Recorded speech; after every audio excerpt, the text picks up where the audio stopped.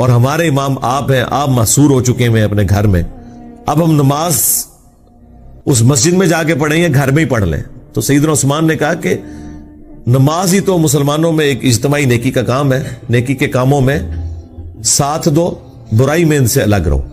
اگر وہ یہودی ہوتے تو حضرت عثمان کیسے کہہ سکتے تھے کہ ان یہودیوں کے پیچھے جا کے نماز پڑھو؟ آج کوئی مسلمان فتویٰ دے گا کہ یہودیوں کے پیچھے نماز ہو جاتی ہے؟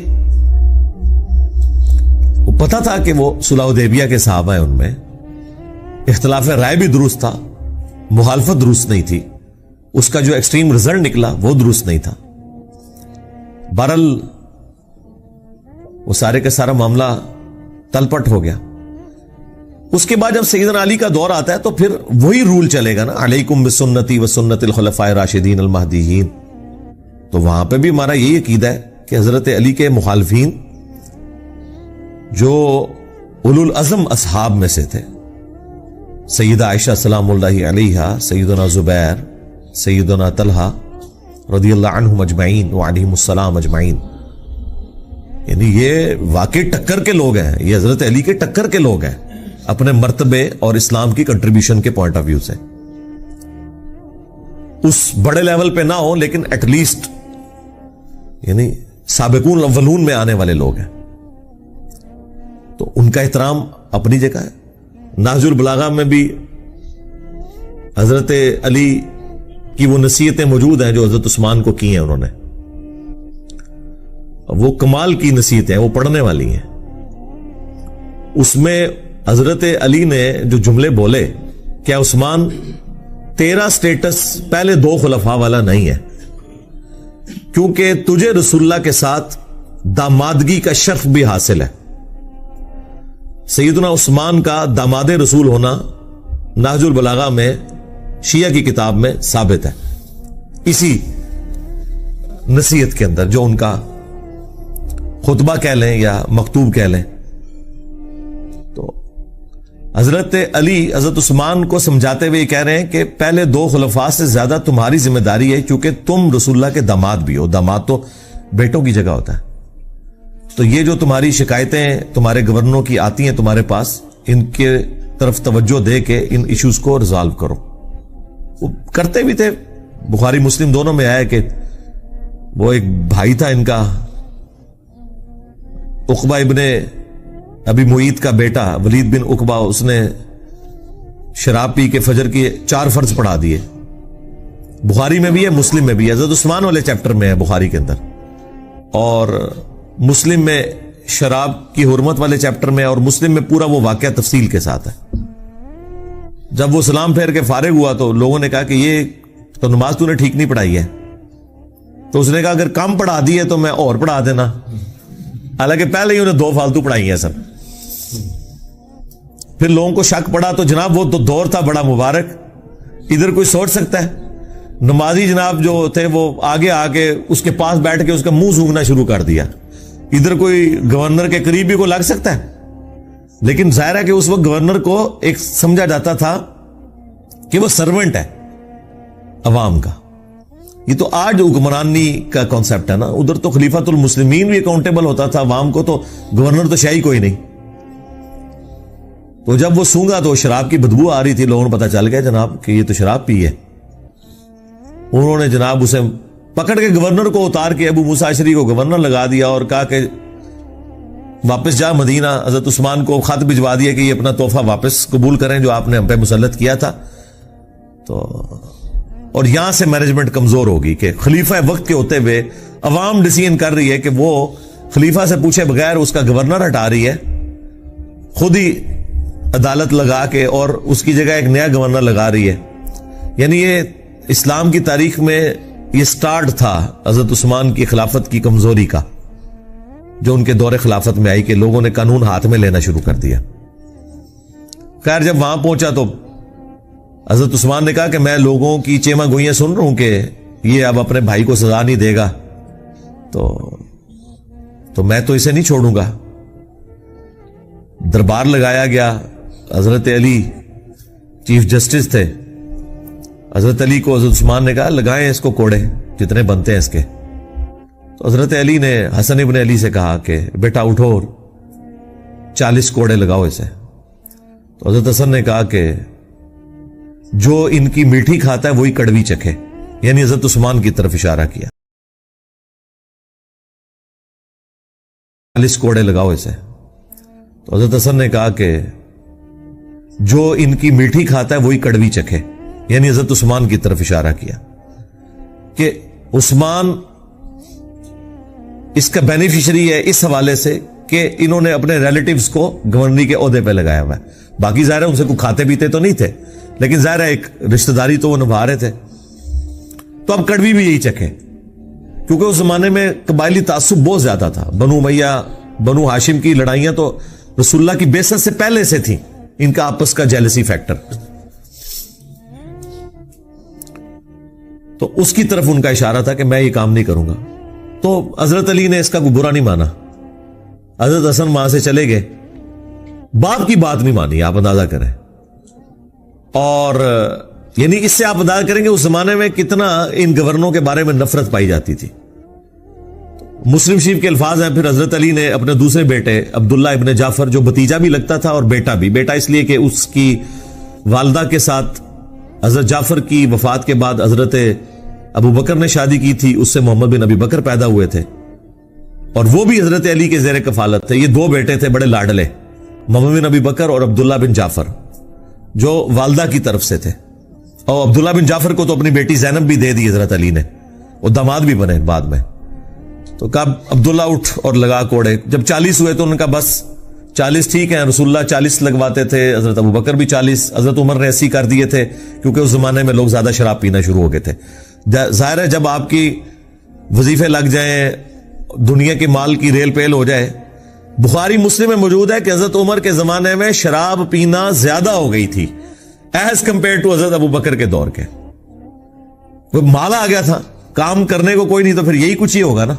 تو حضرت عمر نے اس کی سزا تعزیراً حضرت علی کے مشورے سے بڑھا کے 80 کوڑے کر دی. وہ قرآن سے ڈیڈکٹ کی تھی کہ جو کسی عورت کے اوپر تہمت لگائے اس کی سزا 80 کوڑے ہے، سورہ نور میں. تو حضرت علی نے کہا کہ جو بندہ شراب پیتا ہے وہ پھر ہر بندے پہ تہمت ہی لگاتا ہے، اسے پتا تو ہوتا ہی نہیں وہ کیا کر رہا ہے. تو 80 کوڑوں کی سزا مقرر کی گئی. یہاں پہ بھی حضرت علی نے 80 کوڑے لگوا سکتے تھے حضرت عمر کی سنت پہ عمل کرتے ہوئے، لیکن کہا بس 40 بہت ہے، ٹھیک ہے، معافی کر دی. بالوں نے کہا نہیں 40 ہی ٹھیک ہے، مجھے دونوں پسند ہیں. اس سے آپ کو ذرا تھوڑا اس چیز کا اندازہ ہو جائے گا اس زمانے کے اندر جو معاملات چل رہے تھے.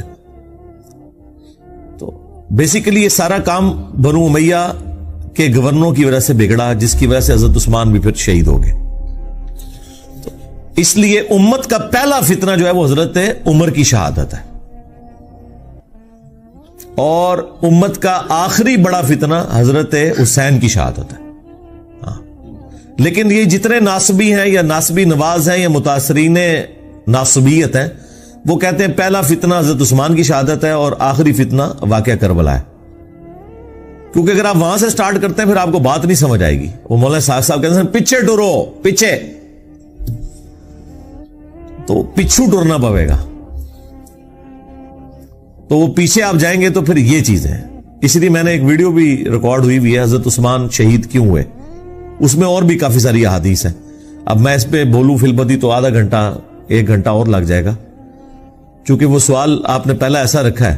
آج چونکہ اسپیشل کوئی کوشچن بھی نہیں تھا تو میں نے کہا اسے اسپیشل بناؤں اور اس پہ میں تھوڑا بولوں کہ تاکہ آپ کو آئیڈیا ہو. اور یہ حضرت عثمان کی جو شفقت والا ایلیمنٹ ہے نا، یہ صحابہ کو پہلے سے پتا تھا کہ ان کے اندر یہ موجود ہے. جو آپ نے لکھ کے بھیجا نا کہ وہ مروان کو واپس بلا لیا، بالکل یہ المعجم الکبیر طبرانی میں موجود ہے.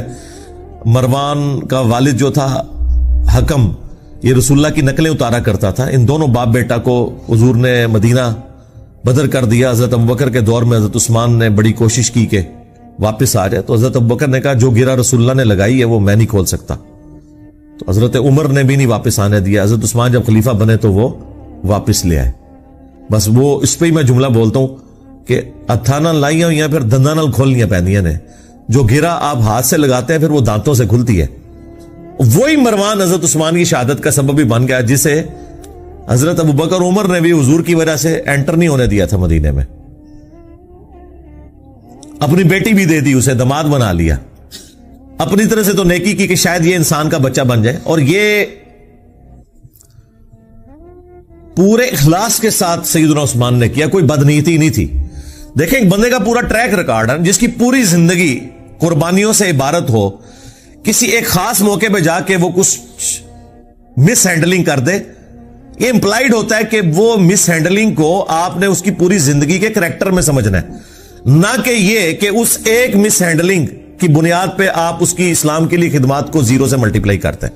یہ رافضی کرتے ہیں کہ وہ حضرت عثمان کے چند ڈیسیژنز کو لے کے ان کی پوری زندگی کو اس سے زیرو سے ملٹیپلائی کرتے ہیں. ہم پوری قربانیاں ان کی دیکھتے ہوئے یہاں پہ مس ہینڈلنگ کو سمجھتے ہیں کہ یہ ان کی شفقت کا ایک ایلیمنٹ تھا, اور میں اس کو پرسنلی خود سمجھ سکتا ہوں. میرے اندر بھی یہ والا ایلیمنٹ ہے کہ میں ٹالریٹ بہت زیادہ کرتا ہوں, اس کی وجہ سے بعض اوقات اپنے اسٹوڈنٹس کی گالیاں بھی کھانی پڑتی ہیں, لیکن میری کوشش ہوتی ہے اگر کسی کو ڈھیل دی ہے نا, این ممکن ہے کہ وہ پلٹ آئے اگر اس کے اندر کوئی آپ سمجھ لیں حق کا مادہ موجود ہے, لیکن اس کے باوجود اگر وہ بار بار اس طرح کی وہ ایکٹیویٹی پرفارم کرے, پھر میں ظاہر ہے کہ صرف نظر نہیں کرتا, پھر میں حضرت عمر کی طرح سخت ہو جاتا ہوں. لیکن پہلے حضرت عثمان والی نرمی میرے اندر موجود ہوتی ہے اپنے ہر اس اسٹوڈنٹ کے لیے جس کے لیے میں چاہتا ہوں کہ یار اس کے اندر کوئی اصلاح کا معاملہ ہو سکتا ہے. اب مجھے وہ تفصیلات بتانے کی ضرورت نہیں, نہ عام بندوں کو اس کی ضرورت ہے, وہ ہمارے مینیجریل ایشوز ہوتے ہیں. لیکن جب ونس مجھے کلیئر ہو جائے نا, کرسٹل کلیئر, پھر میں حضرت عثمان والا ایٹیچیوڈ نہیں کرتا, شروع میں رکھتا ہوں, بعد میں پھر حضرت عمر والا ایٹیچیوڈ. سیدھی سی بات ہے, پھر والی بات نہیں ہوگی.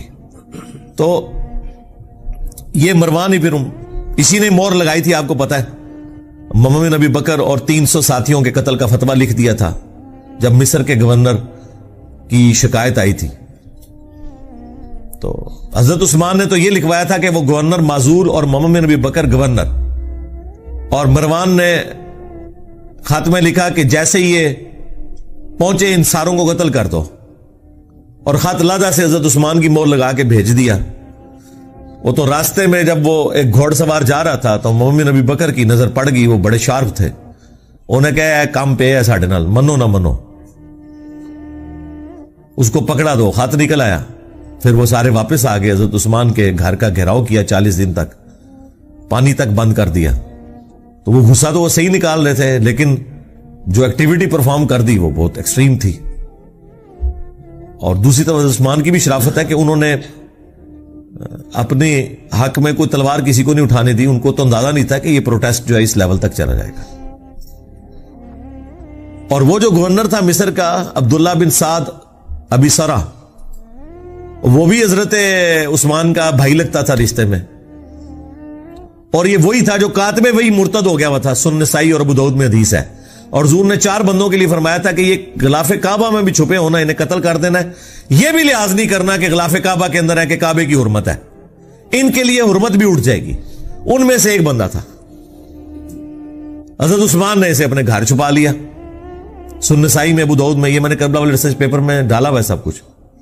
اللہ کے حضور کے سامنے پروڈیوس کر دیا, کہا یا رسول اللہ میرے کہنے پہ اسے معاف کرتا ہے. اب یہ تو بنتا ہی نہیں تھا, جب اللہ کے نبی کا حکم آ گیا تو وہ تو سب سے اوپر ہے. اب حضور کو غصہ تو آیا, ناراضگی تو ہی, آپ نے اپنا چہرہ انور پھیر لیا. حضور کے غصے کا اظہار بس اتنا ہی ہوتا تھا, اور یہ بہت بڑی بات ہوتی تھی, آپ چہرہ انور پھیر لیں. حضرت عثمان دوسری طرح سے آیا, یا رسول اللہ میرے کہنے پہ معاف کرتے ہیں. 3 دفعہ ریکویسٹ کی, آپ چہرہ پھیرتے رہے. 4تھی دفعہ حضور نے کہا چلو ٹھیک ہے. وہ جب حضرت عثمان اس کو لے کے خوشی خوشی وہاں سے نکل گئے, حضور نے فرمایا تم میں سے کوئی ایک بھی ایسا نہیں تھا جو اسے قتل کر دیتا. جب تم دیکھ رہے ہو کہ میں اپنا چہرہ انور پھیر رہا ہوں, تو تم اس کا مطلب نہیں سمجھ رہے تھے کہ اس کو نہیں چھوڑنا. کاتب وحی تھا, کاتب وحی مرتد ہونے کا مطلب ہے کہ حضور کی نبوت کو چیلنج کیا اس نے کہ یہ نعوذ باللہ من ذالک, یہ سب کچھ فراڈ چل رہا ہے. جس طرح بخاری مسلم میں ہے کہ ایک کاتب وحی کہتا تھا کہ محمد کو تو کچھ پتا نہیں, جو میں لکھ دیتا ہوں وہی قرآن ہوتا ہے. تو حضور کو اتنا غصہ ہے, آپ نے فرمایا یہ مر گیا, زمین اسے قبول نہیں کرے گی. بخاری مسلم کے الفاظ ہیں, اس کو دفناتے تھے, زمین اٹھا کے پرے پھینکتی تھی. یہ معجزہ لوگوں نے دیکھا, اور لوگوں میں مشہور ہوا کہ شاید یہ رات کے وقت حضور کے ساتھی اسے نکال کے باہر پھینک دیتے ہیں. انہوں نے بہت گہری قبر کھودی, پہرا دیا, پھر لاش صبح باہر پڑی ہوئی تھی. پھر ان کو پتا چل گیا کہ بھائی یہ اس نے حضور کی نبوت کے اوپر ہاتھ ڈالا ہے. یہ ہونا ضروری تھا کیونکہ قرآن کے اوپر ہی تو سارا ایک معاملہ چل رہا تھا. اگر قرآن ہی ڈاؤٹ فل ہوتا ہے تو پھر نبی علیہ السلام کی نبوت تو سٹیک آنکھوں کے ساتھ حاضری دی ہوئی ہے الحمدللہ. تو سیدنا عثمان کی قبر پہ میں یاد ہے میں اشراق کے بعد ایک بار گیا نا تو مجھے اچانک یہ حدیث یاد آئی نا. تو میں نے یعنی وہ قبر کے پاس کھڑے ہو کے روضہ شریف کی طرف دیکھا نا تو بالکل ایگزیکٹ سین میں وہ قبر ہے. اللہ تعالیٰ نے ان کو صبر دیا. حالانکہ آپ دیکھیں کہ شروع میں اسلام قبول کر پہلے 10 مسلمانوں میں سے سیدنا عثمان. حضرت ابوبکر صدیق کے یہ بڑے بیسٹ فرینڈ تھے, ان کی دعوت سے اسلام قبول کیا. عشرہ مبشرہ 10 جنتی صحابہ میں سے 5 ایسے ہیں جو حضرت ابوبکر صدیق کی دعوت سے مسلمان ہوئے. ان میں سے ایک حضرت عثمان ہے. یہ پہلے 10 مسلمانوں میں سے. پھر آپ کے لیے فضیلت یہ کہ نبی الاسلام کی 2 بیٹیاں آپ کے عقد میں. ذوالنورین کا لقب اسی لیے ملا, 2 نوروں والا. نبی الاسلام کی آنکھوں کا نور. اسے وہ دوسرے وہ نور والے مسئلے نکالنے شروع کر دیتے ہیں. یہ نور جو ہے نا وہ محاورتاً لفظ استعمال ہوا ہے, فزیکل نور نہیں ہے. ویسے تو ہم نبی الاسلام کو نور مانتے ہیں, نور ہدایت ہے. میرا اس پہ بھی کلپ ہے, اِنَّا أَرْسَلْنَاكَ شَاهِدًا وَمُبَشِّرًا وَنَذِيرًا وَدَاعِيًا إِلَى اللَّهِ بِإِذْنِهِ وَسِرَاجًا مُنِيرًا. تو مانتے ہیں چمکا دینے والا سورج. اور نبی الاسلام کے داماد ہونے کا ذکر سیدنا عثمان کا, یہ آپ کو نہج البلاغہ میں مولا علی کا خطبہ بھی مل جائے گا, جس میں حضرت عثمان کو انہوں نے جو سمجھانے کے لیے آئے تھے کہ تمہاری اس طرح شکایتیں گورنروں کی آ رہی ہیں. اور پھر اس میں انہوں نے کہا کہ بھئی ابو بکر اور عمر کے جو معاملات تھے اس سے زیادہ تمہیں احتیاط کی ضرورت ہے, کیونکہ نبی الاسلام کے ساتھ تمہارا دمادی کا رشتہ بھی ہے. یہ نہج البلاغہ میں شیعہ کے ہاں خطبے میں موجود ہے. اور عشرہ مبشرہ میں بھی شامل ہے جو ابو داؤد ترمذی میں حدیث ہے. 10 بندوں کو ایک مجلس میں نبی الاسلام نے جنت کی بشارت دی. اس میں پہلے 4 خلفائے راشدین ہیں, ابو بکر, عمر, عثمان و علی. 4 خلفائے راشدین. اس کے بعد طلحہ, زبیر, عبد الرحمن بن عوف, سعد بن ابی وقاص اور سعید بن زید, ابو عبیدہ بن جرح. تو یہ 10 لوگوں کو ایک مجلس میں جنت کی بشارت دی. اس میں بھی سیدنا عثمان شامل ہے. اور سیدنا عثمان کو تو جنت کی بشارت کئی دفعہ ملی ہوئی ہے. جامعہ ترمذی میں مسند احمد میں حدیث موجود ہے, جب باغیوں نے ان کو گھیر لیا, محصور کر دیا. آج میں اس ٹاپک کی طرف نہیں چل رہا, وہ ایک علیحدہ سے ایک سٹوری ہے, ادھر پھر کئی اور چیزیں بھی آئیں گی, میں وہ مذاق کرا نہیں کرنا چاہتا. سیدنا عثمان رضی اللہ تعالیٰ عنہ کو مسجد میں جانے سے روک دیا, میٹھا پانی آپ کے گھر پہنچنے سے روک دیا گیا. تو آپ گھر کی چھت پہ کھڑے ہوئے اور انہوں نے خطاب کیا جو لوگ وہاں پہ ان کو گھیرے ہوئے تھے. ترمذی میں پورا ڈیٹیل خطبہ موجود ہے. مشکات میں آلموسٹ آپ کو ساری حدیثیں حضرت عثمان کے چیپٹر میں آپ کو 30 جلد میں مل جائیں گی. تو ان کا لوگوں, میں تمہیں اللہ کی قسم دیتا ہوں اور اسلام کا واسطہ دے کے پوچھتا ہوں, کیا تمہیں یاد نہیں ہے کہ نبی علیہ السلام جب مدینہ شریف ہجرت کر کے آئے تھے تو مسلمانوں کے لیے میٹھے پانی کا کنواں نہیں تھا, اور نبی علیہ السلام نے کہا تھا کہ کون ہے کہ جو کنواں لے کر وقف کرے اور جنت میں سے بہتر کنواں لے لے. تو میں نے اپنے حلال مال سے وہ کنواں خرید کے وقف کیا. تو سب نے کہا کہ ہم گواہی دیتے ہیں کہ آپ کے لیے بشارت تھی. کون گواہی دے رہے ہیں؟ جو مخالفین ہیں, پروٹیسٹ کرنے آئے ہیں. اس سے بات پتہ چلی کہ وہ لوگ تھے جن کو یہ باتیں پتہ تھی. صحابہ ہی تھے, بیچ میں اور لوگ بھی مکس تھے, لیکن صحابہ بھی تھے, بدری صحابہ بھی تھے. ان میں اختلاف رائے تھا, وہ علیحدہ سے ایک ٹاپک ہے. یوٹیوب پہ میرا کلپ ہے شہادت عثمان کے اصلی اسباب کیا تھے. عبداللہ ابن سبا والا تو معاملہ ہی ذرا ایک ڈفرنٹ کہانی بنا کے اس میں ڈال دی, وہ الگ چیز تھی. پھر سیدنا عثمان نے کہا کہ تمہیں یہ یاد نہیں ہے کہ مسجد نبوی کی توسیع کی باری آئی تو نبی علیہ السلام نے فرمایا کون ہے جو مسجد نبوی کے لیے زمین لے کے وقف کرے توسیع کے لیے کہ جنت میں اس سے بہتر اسے اللہ تعالیٰ قطع عطا فرمائے. تو میں نے اپنے مال میں سے وقف کیا تھا اور مجھے جنت کی بشارت ملی. بالکل ایسا.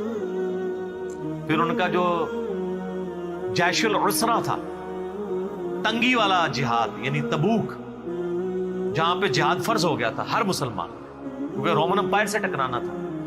تو نبی علیہ السلام نے جب چندے کی اپیل کی تھی تو میں نے 1000 دینار نبی علیہ السلام کی جھولی میں ڈرا کے ڈالے تھے, اور نبی علیہ السلام اپنے مبارک ہاتھوں سے یوں ان کو الٹ پلٹ کرتے تھے اور کہتے تھے عثمان جنتی آج کے بعد جو مرضی کرے. تو انہوں نے کہا کہ ہم گواہی دیتے ہیں. سر یہ 1000 دینار آپ کیا سمجھ رہے ہیں کتنی رقم ہوگی؟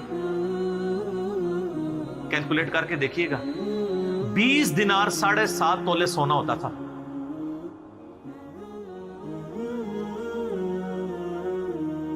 تو 7.5 تولے کو 50 سے ضرب دیں، 450 کے قریب،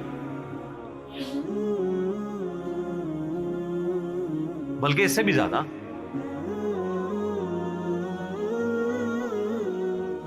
پچاس کو ضرب دیں 7 سے، 700,350 اور اوپر والا بھی کر لیں، تقریباً 400 کے قریب.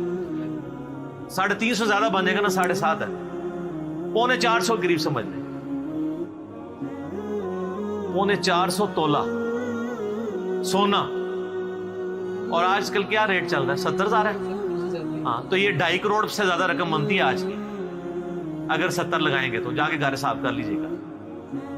2.5-3 کروڑ رقم بنتی ہے جو حضرت عثمان نے غزوہ تبوک کے موقع کو جنت کی بشارت ملی تھی اس بات میں.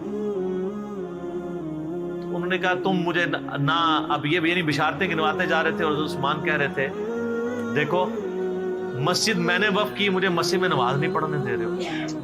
کنواں میں نے لے کے دیا اور مجھے میٹھا پانی نہیں، مجھے کڑوا پانی پینا پڑتا ہے، مجھے تم پانی تک نہیں جانے دے رہے ہو. اور تم مان بھی رہے ہو ان چیزوں میں مجھے جنت کی بشارت ملی ہے. پھر حضرت عثمان نے چوتھا اور آخری سوال کیا کہ کیا تمہیں یہ حدیث نہیں پہنچی ہے؟ اور یہ حدیث بخاری میں بھی ہے، ترمذی کا یہ والا حصہ، کہ نبی اسلام ایک دفعہ غارے پہاڑ ہیرا کے اوپر چڑھے، ہیرا پہاڑ کے اوپر. حضرت ابو بکر، عمر اور حضرت عثمان یہ ساتھ تھے نبی اسلام.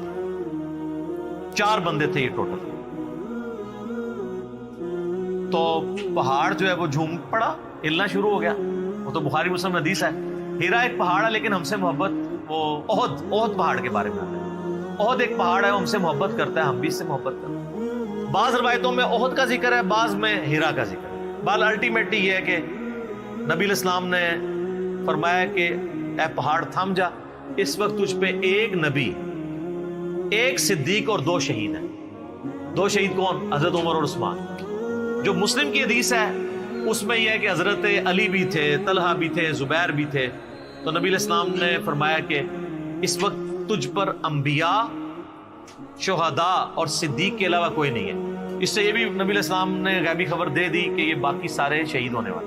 حضرت طلحہ بھی شہید ہوئے ہیں جنگ جمل میں، حضرت زبیر بھی اور مولا علی بھی اور سیدنا عثمان بھی. تو انہوں نے کہا ہاں آپ کو شہید ہونے کی خبر دی تھی. تو انہوں نے کہا اللہ کی قسم، رب کعبہ کی قسم میں کامیاب ہو گیا. میں نے تم سے یہی منوانا تھا کہ نبی علیہ السلام نے مجھے شہید کہا ہوا ہے، میں شہید ہوں. لیکن خیر ترمذی میں تو ادھر ہی ہے. باقی آپ تاریخی روایتیں پڑھیں گے اور باقی کتابیں دیکھیں گے، اس میں آپ کو ملے گا کہ وہ کہتے ہیں کہ حضرت یہ باتیں ساری صحیح ہیں لیکن اب آپ بدل چکے ہیں. نہیں، وہ جیسا ہمیں بھی کہتے ہیں کہ حضرت باتیں تو آپ کی ٹھیک ہیں لیکن کے بعد پھر اس طرح کی باتیں شروع ہو جائیں. تو یعنی بدقسمتی جب کسی پہ چھائی ہو. ورنہ دیکھیں ایک شخص جس کی 82 سال عمر ہے اور اس کی زندگی پوری قربانیوں سے تعبیر بھری پڑی ہوئی ہے. کہیں بشری تقاضے کے تحت کوئی مسئلہ مس ہینڈل تو اس سے ضرور ہو سکتا ہے، لیکن آپ اس کی نیت کے اوپر یا اوورال پوری زندگی کو تو 0 سے ملٹیپلائی نہیں کر سکتے. یہی وجہ ہے کہ جو ایران والوں نے فلم بنائی ہے مختار سقفی پہ، اس میں بھی جو حضرت معاویہ رضی اللہ تعالیٰ عنہ اور شیعان علی کا اختلاف دکھایا ہے وہ اسی بات پہ کہ آپ نے خلفاء کے طریقے کو چھوڑ دیا اور اس میں وہ تینوں خلفاء کو رسپیکٹ دیتے. پھر حضرت علی علیہ السلام کی زندگی کے آخری 10 سال پہ ایک فلم ہے 22 قسطوں پہ، امام علی علیہ السلام. اس میں انہوں نے حضرت عثمان کا بھی، چونکہ ان 10 میں سے سمجھ لیں 4-5 سال تو عثمان کی بھی خلافت کی، حضرت عثمان کا بھی انہوں نے بڑا پازیٹیو کریکٹر دکھایا ہے اور یہ بتایا کہ اصل کلپرٹ جو ہے وہ مروان بن حکم تھا. حضرت علی حضرت عثمان کو سمجھاتے تھے تو پھر وہ اپنے فیصلوں کو بھی ریورٹ کرتے تھے، یعنی ان کی نیت میں تھی. لیکن ظاہر ہے کہ وہ ایک حضرت عمر والی مینیجریل سکل نہیں تھی. 72 ایئرس کی عمر میں چونکہ خلیفہ بنائے گئے تھے، ایک ایجنٹ تھے. تو بہرحال 82-83 ایئرس ایج ہے اور ایک شخص نے پوری زندگی یعنی اسلام قبول کیا تو ان کا چچا ان کو مارا کرتا تھا، اتنی تکلیفیں کاٹی ہیں، سابقون الاولون میں سے، تو آخری وقت میں آ کے کیوں انہوں نے ایسا کرنا تھا کہ وہ نفس کے ہاتھوں مغلوب ہو جاتے ہیں، جن کی پوری زندگی اسلام کی خدمات پہ تھی، اور نبی علیہ السلام نے کئی مواقع پہ انہیں جنت کی بشارت بھی دی۔ بال انہوں نے اپنے سیلف ڈیفenس میں کچھ بھی نہیں کیا، ورنہ 300 بندے کو اٹھانا کو مسئلہ نہیں تھا، لیکن وہ چاہتے تھے مدینہ الرسول میں میری وجہ سے